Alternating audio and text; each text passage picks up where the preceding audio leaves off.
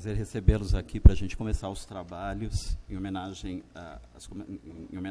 aos 70 anos da publicação de A Rosa do Povo, de Carlos Drummond de Andrade. A nossa conferência de abertura é do professor Alfredo Bose, mas antes de passar a palavra a ele, eu preciso dar algumas orientações e gostaria muito de fazer alguns agradecimentos, pensando nas instituições e nas pessoas que contribuíram fundamentalmente para que esse evento pudesse ocorrer, né? Esse evento faz parte, quer dizer, ele só foi realizado em função de um acordo que existe entre a Universidade de São Paulo e a Universidade de Princeton, e na Universidade de Princeton, em particular, Programa de Estudos Latino-Americanos, que tem à frente o nosso colega, professor Pedro Meira Monteiro, que é a pessoa a quem, primeiramente, eu gostaria muito de agradecer por ter acolhido a proposta do evento, por ter dado todo o apoio para que a gente pudesse realizar uma primeira edição desse evento lá, e essa segunda edição do mesmo evento aqui, né? Além disso, a gente pôde contar com o apoio da professora Sandra Vasconcelos, que está à frente daqui da BBM, da Biblioteca Brasiliana Mindlin, que acolheu prontamente a proposta, né, de ceder esse espaço para que a gente pudesse realizar o simpósio internacional. E, juntamente com a direção da BBM, eu gostaria de registrar aqui o agradecimento à Pró-Reitoria de Cultura e Extensão Universitária, representada aí pela professora e pró-reitora Maria Arminda do Nascimento Arruda. Além disso, o evento contou ainda com o apoio institucional da CAPES e com o apoio do nosso Departamento de Letras Clássicas e Vernáculas. Então, queria registrar também o agradecimento à professora Marli Quadros, que também acolheu prontamente a proposta, e ao apoio também da direção da nossa faculdade, aqui representado pelo professor João Roberto Faria. Eu vou passar a palavra um pouco ao professor Pedro Meira Monteiro, e, em seguida, a gente retoma com a conferência do professor Bose. Antes de eu passar a palavra, só gostaria de dar um aviso. Lá na frente, a gente tem uma lista para os alunos ou para as pessoas interessadas em ter o certificado, né, de participação no seminário. Essa lista, na verdade, são várias listas. Tem uma para o período da manhã, outra para o período da tarde, e amanhã o esquema se repete. O professor Bose e depois o professor Alcides Vilaça trouxeram cópias impressas dos poemas que eles vão examinar, só que, obviamente, não deu para calcular o número exato de convidados. Então, no caso do professor Bose, o Eduardo Marinho, que está responsável por essa parte, vai distribuir as cópias, que são em número menores, mas que vocês podem ler conjuntamente. E, em seguida, a gente deixou lá na frente também as cópias do poema que o professor Alcides Vilaça vai examinar. Tá certo? Então, muito obrigado mais uma vez. Eu passo a palavra ao professor Pedro. Obrigado, Wagner. Bom dia a todos. Agradeço muitíssimo ao Wagner, que é quem, de fato, como vocês podem imaginar, tem cuidado de toda a logística, não é? Que não é pouca, dessa fase do nosso encontro, que, como ele disse, se iniciou em Princeton em abril passado. E é um grande prazer para mim colaborar para o fortalecimento dessa ponte, que já é bastante sólida, entre Princeton e a Universidade de São Paulo. E é um prazer por pelo menos duas razões. Em primeiro lugar, porque ajuda a ampliar e, portanto, desprovincianizar a mirada sobre os estudos internacionais em Princeton, né? Quer dizer, o Brasil cada vez mais se coloca no mapa de interesses e de possibilidades em muitas frentes e para muito além, inclusive, das humanidades.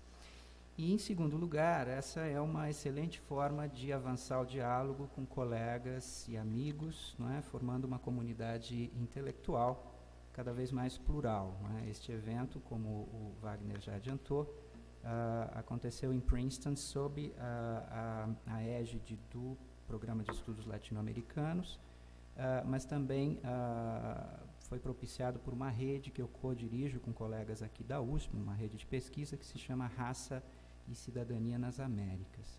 Bom, todos queremos ouvir a palestra de abertura do professor Bose, é uma alegria muito grande tê-lo aqui, de modo que eu passo de volta a palavra para o Wagner, que vai apresentá-lo, mas não sem antes reiterar a minha satisfação de ter trabalhado com ele, não é?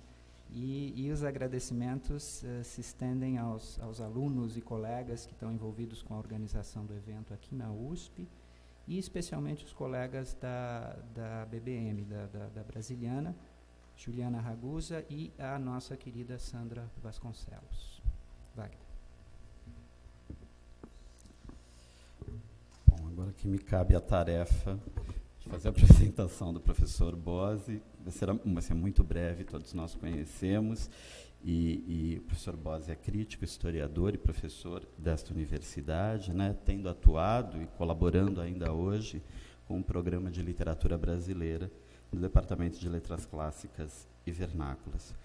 O professor Alfredo Bose é membro da Academia Brasileira de Letras desde 2003, e ainda aqui no âmbito da Universidade de São Paulo, atuou por vários anos à frente do Instituto de Estudos Avançados, onde, entre outras atividades, coordenou o programa Educação para a Cidadania e integrou a comissão coordenadora da Cátedra Simão Bolívar, além de ser o editor, né, da revista Estudos Avançados desde 89. Dono de uma extensa obra, destacam-se títulos como História Concisa da Literatura Brasileira, O Ser e o Tempo da Poesia, Reflexões sobre a Arte, Céu e Inferno, Dialética da Colonização, já em tradução francesa também e espanhola, inglesa, além dos estudos sobre Machado de Assis, né? Machado de Assis, O Enigma do Olhar, o Machado de Assis que saiu pela Publifolha, e Brás Cubas em 3 versões. Livros mais recentes, como Literatura e Resistência, Ideologia e Contra-Ideologia, compõem também, né, a sua extensa produção. Gostaria de agradecer imensamente ao professor Bose, que infelizmente não pôde comparecer ao evento de Princeton, mas que está aqui hoje disposto a dar início aos trabalhos em homenagem à Rosa do Povo. Muito obrigado, professor Bose. Eu passo a palavra a ele.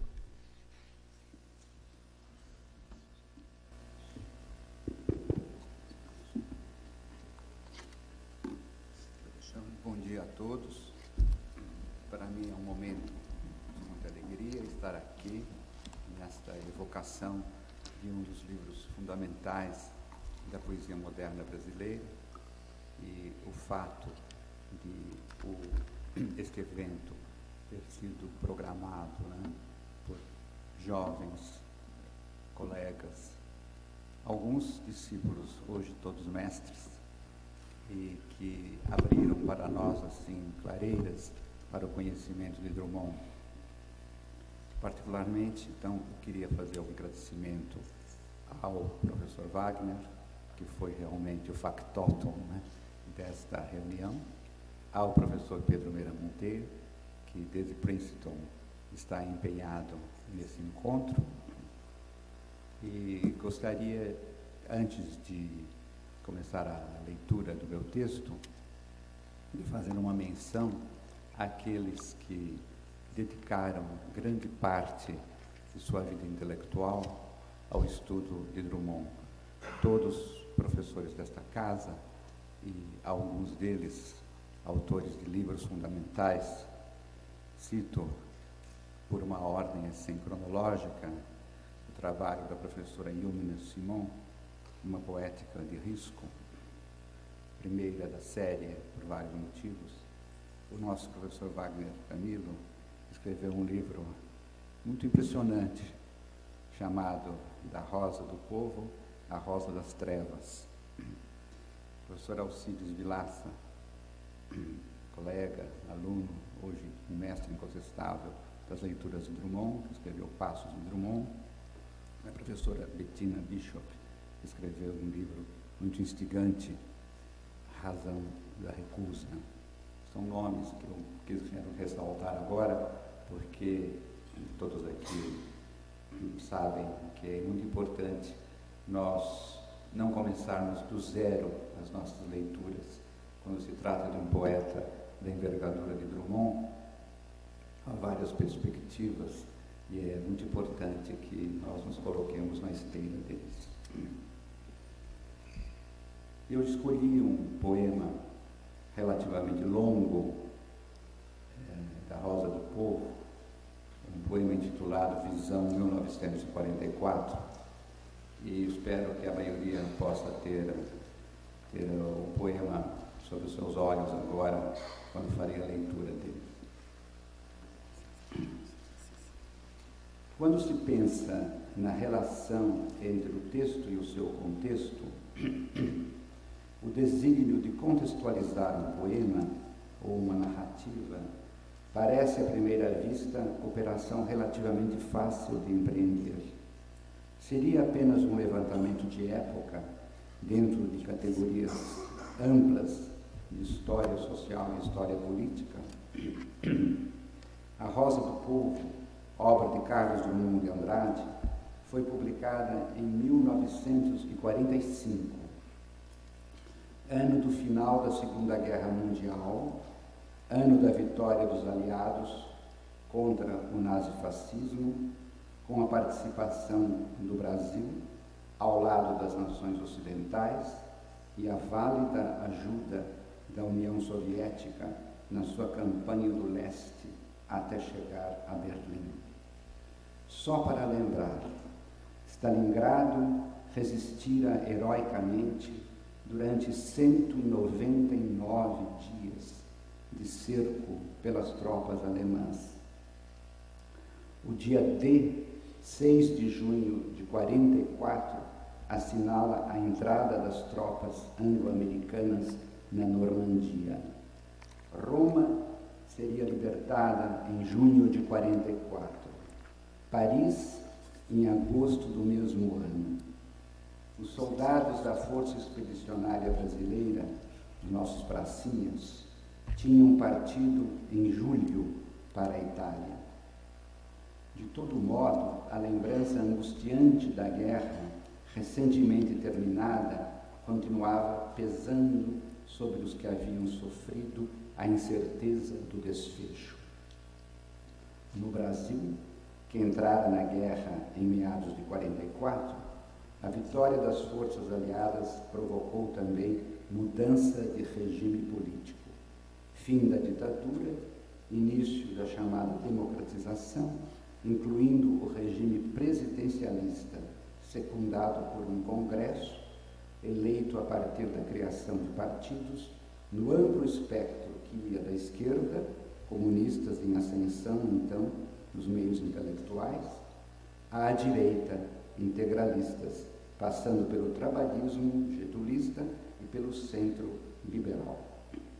Em relação a Drummond, sabe-se que em março de 45 ele demitiu-se da sua função de chefe de gabinete do ministro Gustavo Capanema, cargo que ocupava desde 1934. Em 1º de maio de 45, aceitou o convite de Luiz Carlos Prestes para compor a direção do jornal comunista A Tribuna do Povo, para o qual colaborou até 47, quando o Partido Comunista foi cassado e caiu na ilegalidade. Em 46, assumiu a presidência do Ateneu Garcia Lorca, entidade ligada ao Partido Comunista.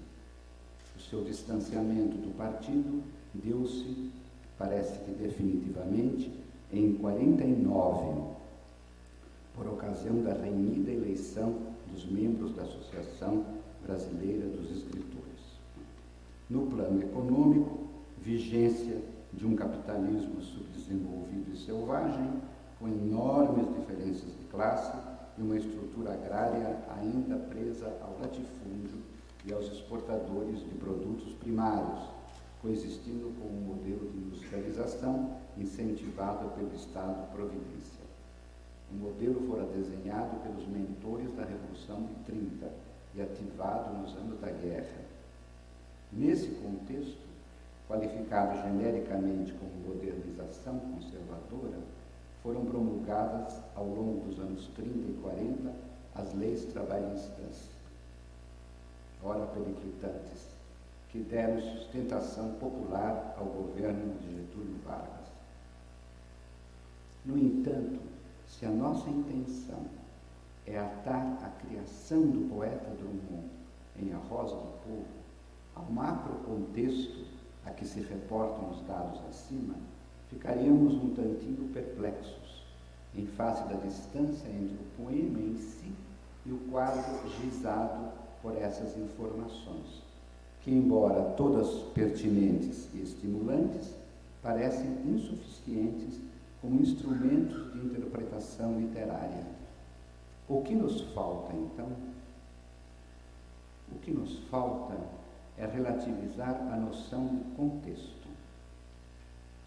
O panorama sumariamente exposto em termos históricos não é, na sua generalidade, o objeto direto visado pelo poeta.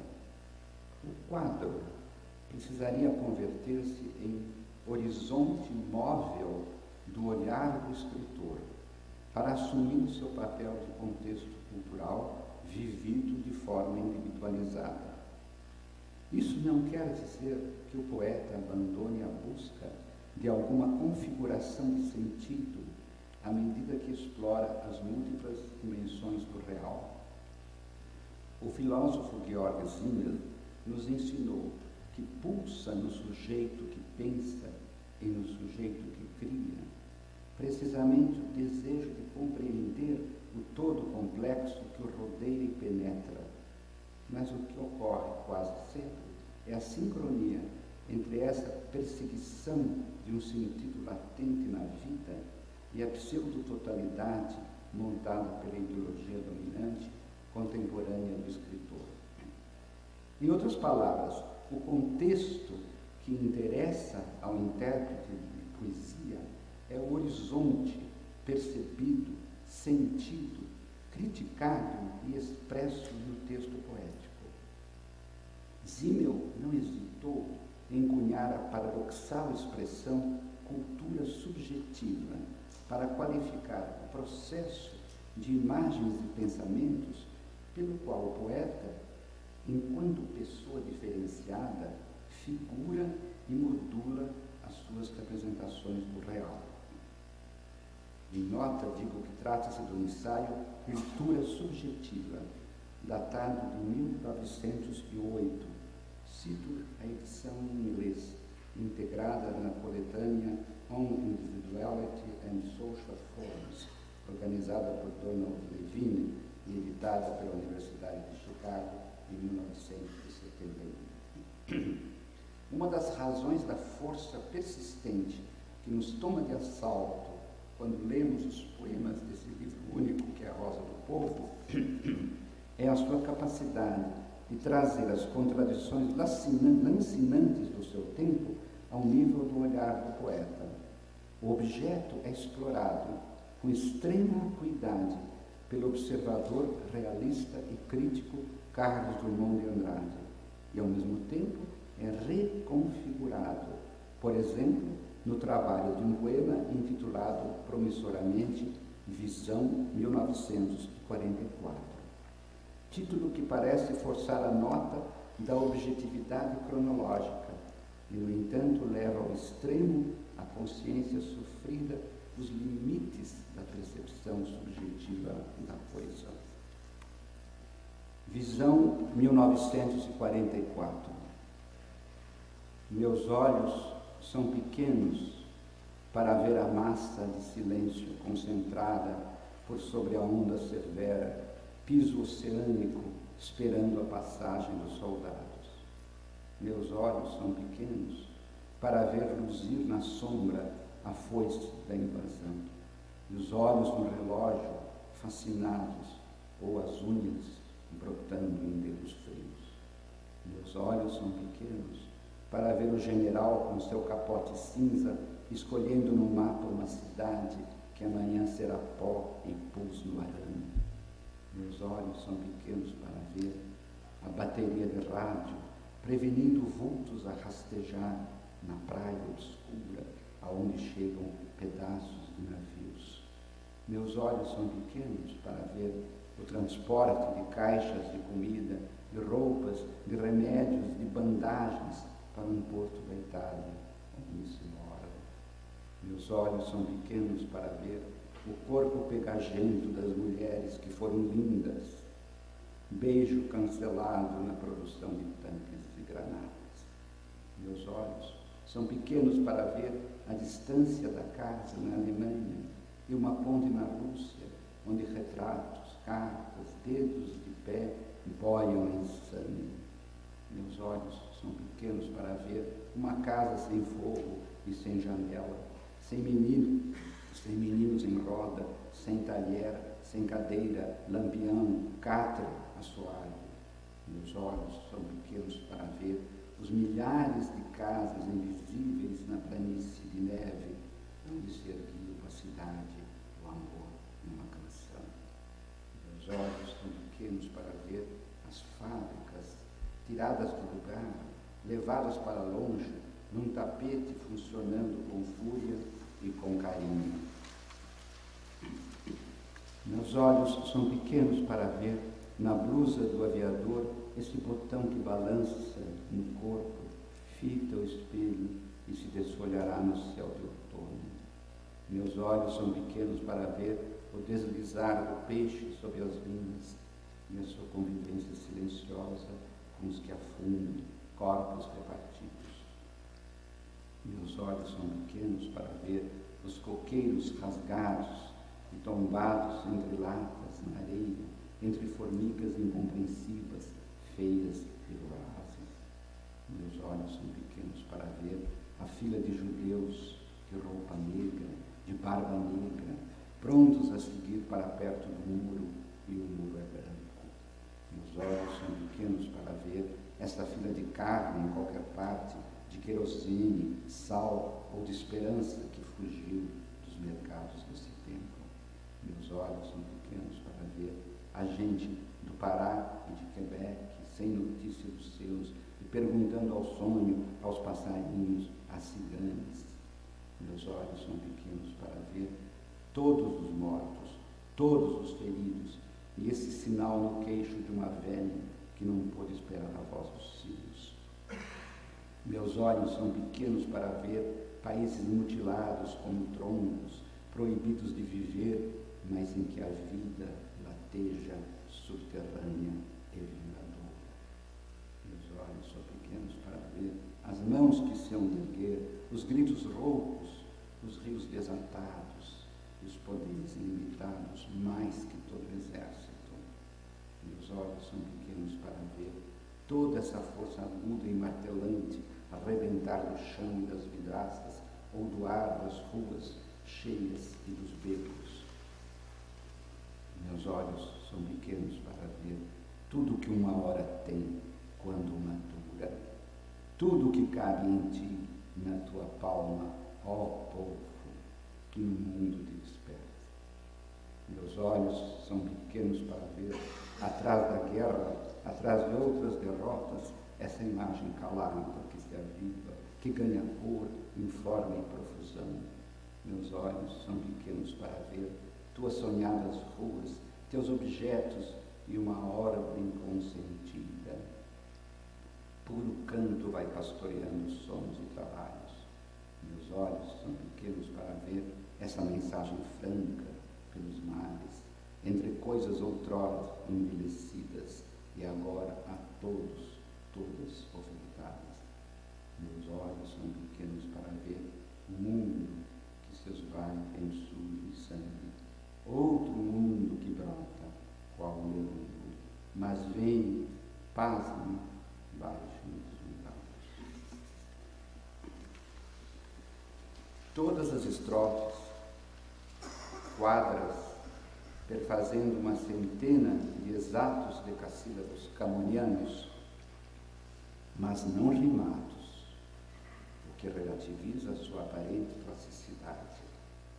Todas começam com a frase: meus olhos são pequenos para ver. E todas expõem as entranhas do mundo que o poeta afinal vê com olhos diminuídos. confessadamente precários, porém determinadamente voltados para aferrar o horizonte, ora próximo, ora remoto, objeto da visão. O que ele vê é a guerra. Esse é um dos mais terríveis poemas gerados ao longo de um conflito mundial sem paralelo na história. Uma primeira leitura de sobrevoo pode suscitar a impressão de que se trata de uma enumeração caótica, tal a diversidade dos aspectos que se acumulam ao longo dos versos. O mundo em guerra se compõe e decompõe através de espaços díspares que, por sua vez, exibem objetos aparentemente desconexos. Projeta-se a visão desse ano crítico de 44 no lusco-fusco de uma luta sem quartel, mas já entrevendo a luz no final do túnel como horizonte próximo. Horizonte retrátil, que deixa ver a massa de silêncio concentrada por sobre a onda severa, piso oceânico, esperando a passagem dos soldados. De onde vem essa frente que cruza os mares? Dos aliados, prestes a desembarcar na Normandia? Ou talvez mais brasileiramente, dos nossos pracinhas, esperados a remar na Itália, onde o porto os espera na morte. Outra imagem a decifrar é a metonímia das foices de aniquilação, provável referência ao exército soviético, cuja sombra é perseguida com os olhos pregados no relógio e que iria desvendar-se com a entrada do russo em Berlim, rastreada passo a passo em outro poema. Ao mesmo olhar, no mesmo contexto, surge sinistro o general com seu capote cinza, escolhendo no mapa uma cidade que amanhã será pó e puro no arame. De repente, aos homens da guerra sucedem as coisas da guerra. Os olhos apertados precisam agora olhar de perto, presbíopes precocemente envelhecidos. O que vem são baterias de rádio, pedaços de navios, caixas de comida transportadas, roupas, remédios, bandagens. A enumeração parece visionária, mas na verdade é realista, afim a desordem que revira o mundo. De todo modo, essa guerra não é feita só de soldados, armas, destroços, há gente inocente e vulnerável por todos os lados. Daí o irromper insólito do corpo pegajento das mulheres, que foram lindas, beijo cancelado na produção de tanques e granadas. Daí, trazidas a nossos olhos espantados, imagens de casas desertas, cuja descrição faz pensar, ora na nossa cultura material rústica, casas sem fogo, sem janelas, sem meninos em roda, sem talher, sem cadeira, lampião, catre e assoalho, ora na paisagem europeia, contemplada em pleno inverno, milhares de casas invisíveis na planície de neve, onde se erguia uma cidade, o amor e uma canção. A imaginação oscila entre ser reprodutiva e produtiva. A imaginação oscila entre ser mimética e ser criativa, à deriva da fantasia. A percepção visual é sempre aguda, o que não impede de preludiar e pré-formar a intuição visionária, uma ao lado da outra. Mas como distinguir o real do surreal, o visual e o visionário, nessa prefiguração de um apocalipse da era da máquina, com fábricas inteiras arrancadas do seu lugar e lançadas longe num tapete, funcionando absurdamente com fúria e com carinho? E como distinguir o aquém e o além-mar nessa convulsão planetária, se o perfil tropical de coqueiros, rasgados entre formigas vorazes, precede a visão de uma filha de judeus, de roupa e barba negra, prontos a seguir para perto do muro? A visão apocalíptica da guerra não assume nos poemas de Drummond a conotação religiosa, bíblica e cristã, que se reconhece em Poesia, Liberdade, de Murilo Mendes, obra contemporânea de A Rosa do Povo. Remeto o leitor ao estudo que Murilo Marcondes Moura dedicou ao poema Aproximação do Terror, que integra a segunda parte de Poesia e Liberdade, escrita entre 44 e 45. A comparação entre os dois poemas faria pensar em horizontes próximos, mas culturas subjetivas distintas. Não há, para dizer esse mundo em guerra, uma perspectiva clássica, geométrica, com figuras centrais em primeiro plano e figuras distantes, menores ou subalternas em segundo ou terceiro plano. Lembro que o que João Cabral de Melo Neto escreveu sobre o dinamismo da superfície em João Miró, que arrasta o espectador horizontalmente, de figura em figura, com surpresas que a representação clássica evitaria na sua busca de equilíbrio em torno de um centro, fiel sempre à distinção estrutural entre o perto e o longe, a frente e o fundo da tela. No entanto, se o poema não se subordina à dominância de um centro, parece que no seu meio, entre a 12ª e a 14ª quadra, há como que uma viragem no olhar, provocada pela visão da filha dos judeus, no caminho do extermínio, para perto do muro, e o muro é branco. O que se segue, o que vem depois, multiplicando o número das vítimas, é o genocídio, a matança ignóbil de milhões de seres humanos, e a pergunta ansiosa sobre o seu paradeiro, feita pelos que os viram partir, gente de Pará ou de Quebec. Meus olhos são pequenos para ver países mutilados como troncos, proibidos de viver, mas em que a vida lateja subterrânea e vingadora. O mal estava disperso pela força da catástrofe. Para dizê-lo foi preciso disseminar os sinais visíveis do horror. Mas se não foi possível nem desejável fixar um ponto único para a mira do leitor dessas visões de 44, os olhos do poeta percorrerão a linha do horizonte, confessando a sua pequenez e entrevendo ao mesmo tempo que no âmago da destruição lateja outra força, que só a palavra vida consegue designar. E por que nesta altura seria mais exato falar em horizonte do que repetir o termo costumeiro contexto? Porque contexto é abrangente. Contexto cerca o poeta e o texto de todos os lados, condicionando as determinações de lugar, tempo e modo. A sua verdade é ampla, são 360 graus, que valem para períodos inteiros da história, nivelando as diferenças individuais em nome das estruturas de longa duração. O horizonte, porém, sendo uma linha semicircular, limita a visibilidade do espectador. Este vê o que ele pode ver, como sujeito também limitado que é.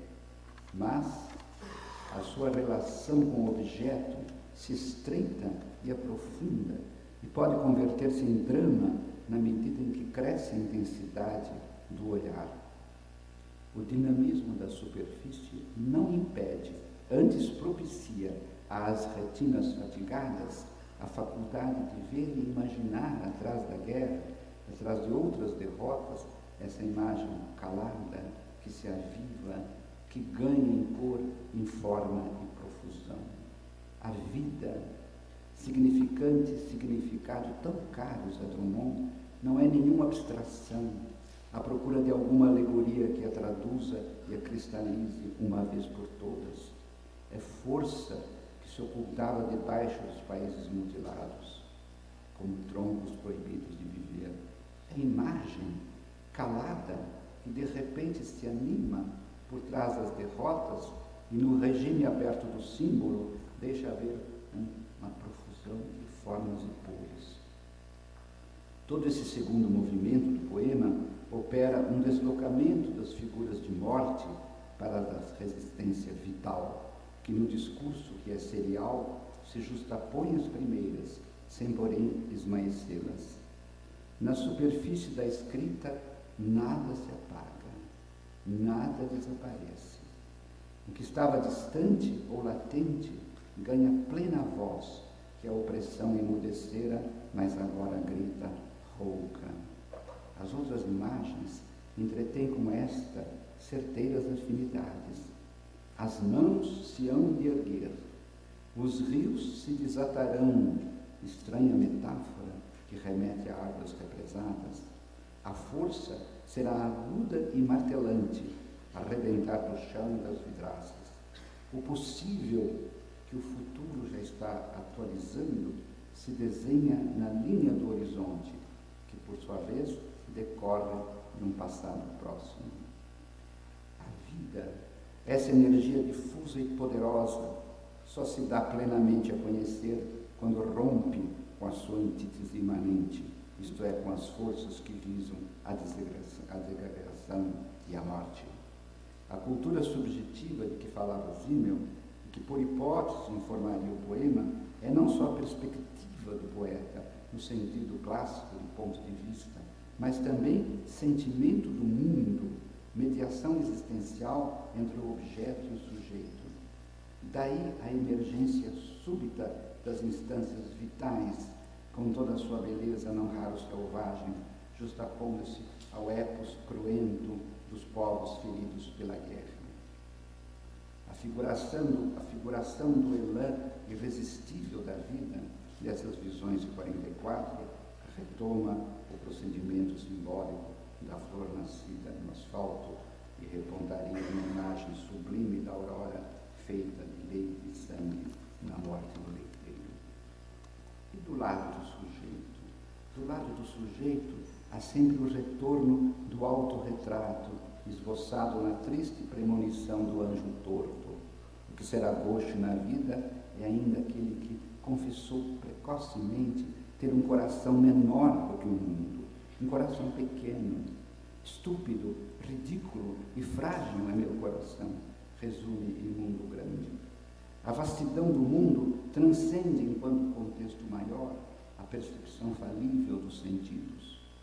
Corpo e alma não têm senão um segmento da linha do horizonte para mirar, além de sofrerem de uma recorrente condição de incomunicabilidade. Condição frustrante esta, mas nem por isso capaz de estancar as fontes do desejo.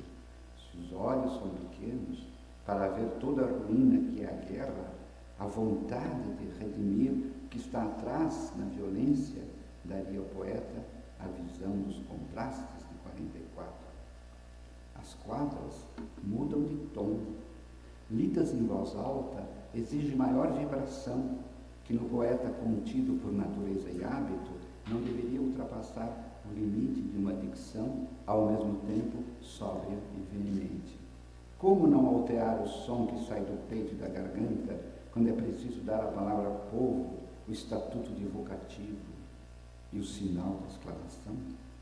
Meus olhos são pequenos para ver tudo que uma hora tem quando madura, tudo que cabe em ti, na tua palma, ó povo, que no mundo te dispersas. A hora está madura, expressão eminentemente dialética, pois revela no dinamismo da vida popular a qualidade inerente do tempo, tudo que uma hora tem, que dura e perdura no meio da mais cega diversidade. Observe-se o afloramento do som e da palavra, puro canto, mensagem franca nas quadras seguintes. Meus olhos são pequenos para ver tuas sonhadas ruas, teus objetos e uma ordem consentida. Puro canto vai pastoreando os sonos e trabalhos. Na outra quadra, meus olhos são pequenos para ver essa mensagem franca pelos mares, entre coisas outrora endurecidas e agora a todos, todas ofertadas. Agora há uma ordem consentida entre sonhos e vigílias, e há coisas a todos prodigalizadas, como se uma universal comunidade de bens viesse a substituir a opressão e a indigência. Uma inflexão melódica, em termos de altura da sílaba tônica, dá à última quadra um tônus expressivo diferenciado. Meus olhos são pequenos para ver um mundo que se esvai em sujo sangue, outro mundo que brota, qual belundo, mas vem e pasmam, baixam deslumbrados. Lendo os 2 primeiros versos em voz alta, podemos dar-lhes uma altura mediana, própria da linguagem da constatação. De fato, o mundo se esvai em sujo sangue. Mas, o 3º verso, outro mundo que brota, qual belundo, consente leve movimento de ênfase, que se traduz pela elevação da voz na cláusula inicial. Outro mundo que brota, retomando na expressão explicativa qual belundo, a dicção plana dos 2 versos iniciais. A melodia do último verso ascende e descende em segmentos regulares.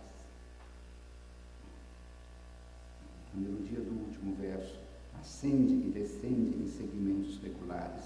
Sobe com nova ênfase em mas vem, pasmam, e desce lenta e brandamente no final, a partir da tônica da 6ª sílaba, baixam deslumbrados.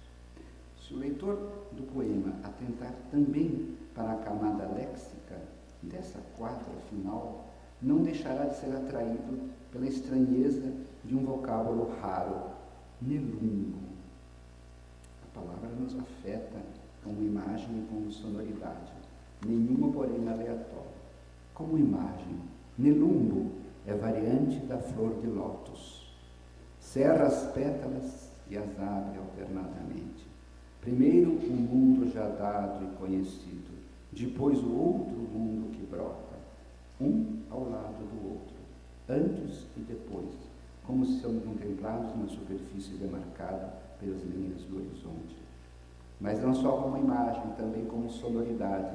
Nelumbo é afim, como rima interna atuante, a mundo, que os olhos pequenos do poeta veem, pasmam e baixam deslumbrados. Este adjetivo participial, deslumbrados, por sua vez traz no bojo os mesmos fonemas, um e b, que integram o centro do nome nelumbo da flor. Dentro e fora. Se se entende a expressão de Simmel, cultura subjetiva, como encontro de perspectiva e sentimento do mundo, peculiar a indivíduos altamente diferenciados, artistas, poetas, místicos, pode-se considerar essa visão de 44 como um momento de tensa fusão de sujeito e objeto no contexto de A Rosa do Povo. Esta obra extraordinária foi consensualmente valorizada como ponto alto de uma poética empenhada de Drummond, movido pelo horror à guerra e pela esperança na fundação de uma nova ordem mundial de justiça e liberdade, a partir da derrota das forças nazifascistas. Poemas belos e veementes deram o tom dessa atitude do poeta público, Nosso Tempo, Carta a Stalingrado, Telegrama de Moscou, Mas Viveremos, como o russo em Berlim, Carta ao Homem do Povo Charles Chaplin. A esperança de uma ordem consentida a ser realizada em futuro próximo alcança no livro um grau de intensidade que, porém, não deveria ser atribuído com exclusividade a este momento do Drummond do imediato pós-guerra. Parece-me unilateral forçar a hipótese de uma divisão drástica de sua obra em uma fase de empenho público e uma fase de retração existencial permeada de ceticismo, com acenos de pessimismo metafísico, que se abriria com claro enigma e continuaria em poemas dos anos 50. É uma verdade, mas eu arriscaria dizer que essa hipótese é uma meia-verdade. Os sentimentos de esperança e desesperança, de vontade e assídia, engendram-se na complexa fenomenologia das relações entre sujeito e objeto. Segundo, sempre as reflexões de Simmel, a tragédia da cultura consiste precisamente no fato de que o todo articulado pelo sistema cultural instituído precisa necessariamente passar pelos indivíduos. Estes, por sua vez, podem interiorizar formas e valores da cultura vigente, reproduzindo-a e reforçando-a, ou opor movimentos de estranheza, quando não de aberto conflito, em face do vasto mundo, na medida em que vivem ardentemente a busca de conformar como uma gestalt o seu fluxo subjetivo. Artistas, poetas, místicos, enquanto indivíduos diferenciados, oscilam entre o compasso com o andamento do mundo e as ondas do desejo e da imaginação que se movem no seu íntimo. Mas o que torna indissolúvel a relação entre sujeito e objeto é a exigência inerente à cultura subjetiva de só conquistar uma forma interna pregnante quando a alma se defronta com a realidade exterior e empreende a tarefa árdua de conhecê-la e penetrá-la. Simmel formula nesses termos a dialética de sujeito e objeto no tecido da cultura. Em um sentido mais preciso, os dois usos do conceito de cultura não são de nenhuma maneira análogos, pois a cultura subjetiva é a meta mais elevada. A sua medida é a extensão em que o processo psíquico da vida faz uso dos seus bens e realizações. Obviamente, não pode haver cultura subjetiva sem cultura objetiva, porque o desenvolvimento ou a condição do sujeito é cultura somente mediante a sua incorporação de objetos cultivados com que ele se depara. Em contraposição, a cultura objetiva pode ser parcialmente independente da cultura subjetiva, na medida em que os objetos cultivados foram criados sem que a sua disponibilidade para propósitos culturais tenha sido plenamente utilizada pelos sujeitos. Particularmente em períodos de complexidade social e de uma extrema divisão de trabalho, as realizações da cultura vêm a constituir um domínio autônomo, por assim dizer. As coisas se tornam mais aperfeiçoadas, mais intelectualizadas, em certo grau, mais controladas por uma lógica interna e objetiva ligada à sua instrumentalidade. Mas o supremo cultivo dos sujeitos não cresce proporcionalmente. De fato, em vista do enorme crescimento da cultura objetiva, na qual o mundo das coisas é fragmentado por trabalhadores sem conta, a cultura subjetiva não pode crescer. Assim, para dizer o mínimo, o desenvolvimento histórico moveu-se na direção de uma firme e crescente separação entre a produção cultural objetiva e o nível cultural dos indivíduos. A dissonância da vida moderna, particularmente a que se manifesta no aperfeiçoamento da técnica em todas as áreas e na simultânea e profunda insatisfação com o progresso técnico, é causada em boa parte pelo fato de que as coisas estão se tornando cada vez mais cultivadas, ao passo que os homens estão menos capazes de extrair da perfeição dos objetos a perfeição da vida subjetiva. Há no Drummond de A Rosa do Povo um desejo intenso de compreender o sentido do mundo em guerra à luz do melhor de mim mesmo, como dizem com Russo e Berlim. É o anseio de uma paz conquistada contra o horror que o move a acompanhar de perto a caminhada do exército soviético em direção à capital do Terceiro Reich. Em mim, o que é melhor está lutando. E do lado do objeto visado, essa cidade, oculta em 1000 cidades, trabalhadores do mundo, reunidos para esmagá-la, vós que penetrais, como Russo em Berlim. O que está fora é universalizado. A cidade de Berlim, repartida em 1000 cidades, para melhor refluir até o centro vivo do eu que luta. Essa expansão da vontade não suprime, entretanto, a hora da sensação recorrente de impotência, a melancolia das frustrações do homem preso à sua classe e a algumas roupas. Aquele reconheceu o tédio até a borra. Devo seguir até o enjoo? Posso, sem armas, revoltar-me? Está em A Flor da Náusea. Mais promissor do que dividir uma obra em fases, de acordo com as disposições subjetivas do poeta, é reconhecer que o sentimento do mundo oscilaria antes e depois do livro de 45. Basta voltar poucos anos atrás e ler no poema que traz precisamente o título de Sentimento do Mundo, a confissão patética. Os camaradas não disseram que havia uma guerra e era necessário trazer fogo e alimento. Sinto-me disperso, anterior a fronteiras. Humildemente vos peço que me perdoeis. E, por exemplo, de que é feito o poema dedicado a Portinari? A noite dissolve os homens, senão do encontro da noite, que parecia cair absoluta sobre a humanidade, como a aurora, tingida com as cores da antemanhã, pois havemos de amanhecer, leite e sangue. Ainda estava tacteando no livro de 1940 o projeto de dar forma interna ao desejo difuso de irmanar-se com o outro, o socialmente outro, no caso, a figura viva de um operário no mar. A guerra, apenas começada, ao longo do conflito, criará no intelectual inconformado com a injustiça das classes a convicção de que a resistência de Stalingrado, assim como a ocupação de Berlim, anos depois, significariam, afinal, a redenção do trabalhador em escala mundial.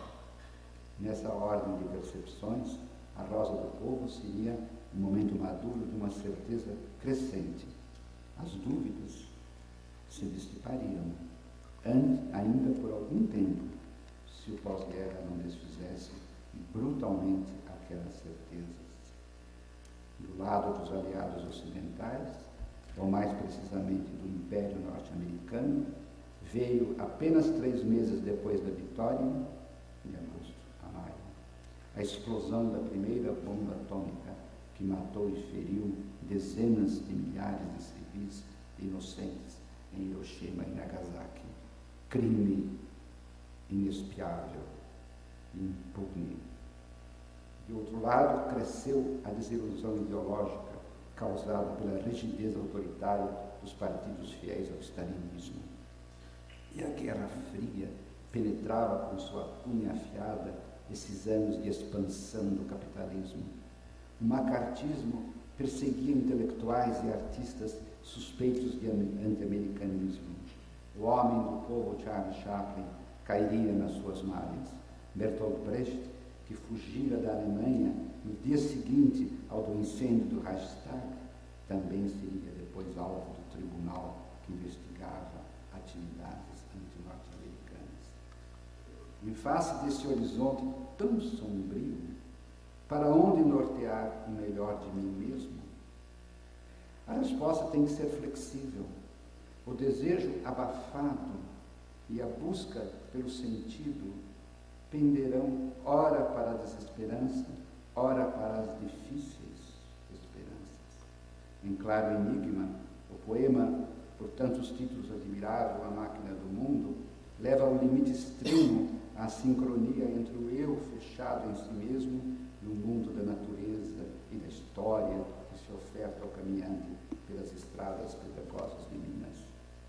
A simetria dos opostos é visível na esfera do imaginário, quando se comparam os versos finais desse poema aos da visão de 44.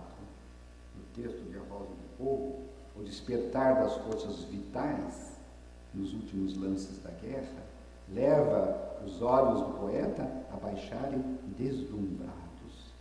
Mas na contemplação da máquina do mundo, oferecida ao caminhante, o mover descendente do olhar é arredio, incurioso e laço, não se harmonizando com aquele suave descante da voz do sujeito, encantado com o seu objeto. A simetria dos opostos ocorre também no tratamento da figura. o novo e estranho ser que rompe no discurso do narrador se diz despido de esperança mais mínima e de todo o anelo de conhecer os mistérios do universo, comparando-se às flores que entreabrem e cerram as pétalas apenas tocadas. Na visão da guerra, ao contrário, a flor nomeada, melungo, lótus que também se abre e fecha, é a imagem do mundo que brota renascente. A coexistência de dois narradores no último movimento de A Máquina do Mundo dá o que pensar. O narrador guia atribui a recusa do caminhante a um outro ser, não mais aquele habitante de mim há tantos anos, que passara a comandar minha vontade. Outro ser, enigma. Esse outro ser, terceira e primeira pessoa, não eu e eu ao mesmo tempo, leva o narrador guia, já assemelhado àquelas flores reticentes, ao gesto final de desdém pela coisa oferta. Duas vozes, uma alheia e outra própria, parecem juntar-se ao mesmo acorde em face da alteridade do mundo. No entanto, essa concordância de acento negativo não é o ponto final, não é o silêncio definitivo. O caminhante ainda nos adverte de que, enquanto a máquina se recompunha lentamente, ele, avaliando o que perdeu, seguia vagaroso, irmãos, penses. A recusa não impede este último lampejo de clarividência em relação à perda assumida, avaliando o que perdera. Lampejo tardio, certamente, mas na escrita serial nada se perde. Zimmel insiste, ao falar de cultura subjetiva, no desejo incoercível de atingir e perfazer uma imagem interna da totalidade, aspiração que o sujeito experimenta em face do fluxo das suas percepções e sentimentos. O eu quer tocar o limite da perfeição, quer ver consumadas as suas intuições, cada vez mais desproporcionadas, com as miríades de objetos culturais que se avolumam com o tempo e solicitam de todas as partes. O caminhante do poema também quis, durante anos e anos, abrir-se ao conhecimento do universo, comungar com a sua infinitude, mas em vão. O vasto mundo o transcendia de todos os lados, a ponto de desenganá-lo e transformar em assídia as suas mais mínimas esperanças. Esta a raiz do ceticismo, com acentos metafísicos e pessimismo que marcou os diferentes leitores de Claro Enigma, em geral atraídos pelas decepções ideológicas do pós-guerra, realmente sofridas e vividas pelo poeta público Carlos Drummond de Andrade. Mas nem as esperanças nem as desesperanças são barreiras intransponíveis na história móvel e surpreendente dos processos subjetivos. Os desencontros na esfera da inteligência e da vontade, matéria-prima de A Máquina do Mundo, seriam de algum modo compensados misteriosamente no poema que segue, outra obra-prima, Relógio do Rosário. Texto que mereceria aturada análise e interpretação, mas que aqui lembro apenas para chamar a atenção para o profundo desejo de comunhão do sujeito com todos os seres, que se realiza pela experiência da dor individual e universal. Era claro o dia, mas a treva do som, baixando em seu baixar, me leva pelo âmago de tudo. No mais fundo, decifro o choro, pânico do mundo, que se entrelaça no meu próprio choro, e compomos os dois um vasto coro. Em outras palavras, a dor da coisa indistinta e universa, expressão que parece tocar os limites extremos do horizonte, isto é, a mais opaca alteridade, é também o lugar onde repousa uma vivência, onde repousa, tão habitual e rica de pungência, como um fruto maduro, uma vivência. Choro, pânico do mundo, entrelaçado no meu próprio choro, vasto coro. Assim, no interior do mesmo livro, como selo aposto ao fecho de A Rosa do Povo, encontramos uma ao lado da outra, a história do distanciamento e a lírica da comunhão. Termino com uma nota impressionista, que seria uma hipótese de trabalho. A leitura de uma obra de fôlego, escrita ao longo de 6 décadas de poesia, pode induzir o seu intérprete à tentação de distribuí-la didaticamente em momentos ou fases, de acordo com os motivos e temas dominantes. O modernista sui generis dos anos juvenis cede ao poeta social, que por sua vez converte-se em lírico reflexivo de cadências melancólicas, para enfim dar longa voz ao minerador da memória da infância, ao lado do cronista irônico e nostálgico, que persegue sem trégua o sentido ou não senso do cotidiano. No entanto, é preciso tomar algum cuidado para não atribuir demasiado rigor a essas demarcações, que se arriscam a subestimar a complexidade de cada livro. Por vezes, em uma só obra, A Rosa do Povo, Claro Enigma, Lição de Coisas, Penso nos Pontos Altos, surpreende-nos em cada obra a coexistência do sim e do não, ou do talvez, do sempre e do nunca, da entrega e da recusa, da noite e da aurora. E não só, também em um único poema, o desejo, a procura da forma pregnante, às vezes tradicional, quase sempre livre, desnorteia quem pretende enclausurar o texto em uma só determinada categoria temática ou tonal. A difícil união do sujeito, jamais ataziguado, com objetos vários, aparentemente aleatórios, sustenta um clima de recorrente interrogação e dúvida, que é um traço forte da linguagem drummondiana. Assim, ao ler um dos mais belos poemas de A Rosa do Povo, ocorreu uma hipótese de que um poema pode encerrar em si mesmo diversas potencialidades de uma alma em perene inquirição de algum sentido em algum ponto da linha do horizonte. Muito obrigado.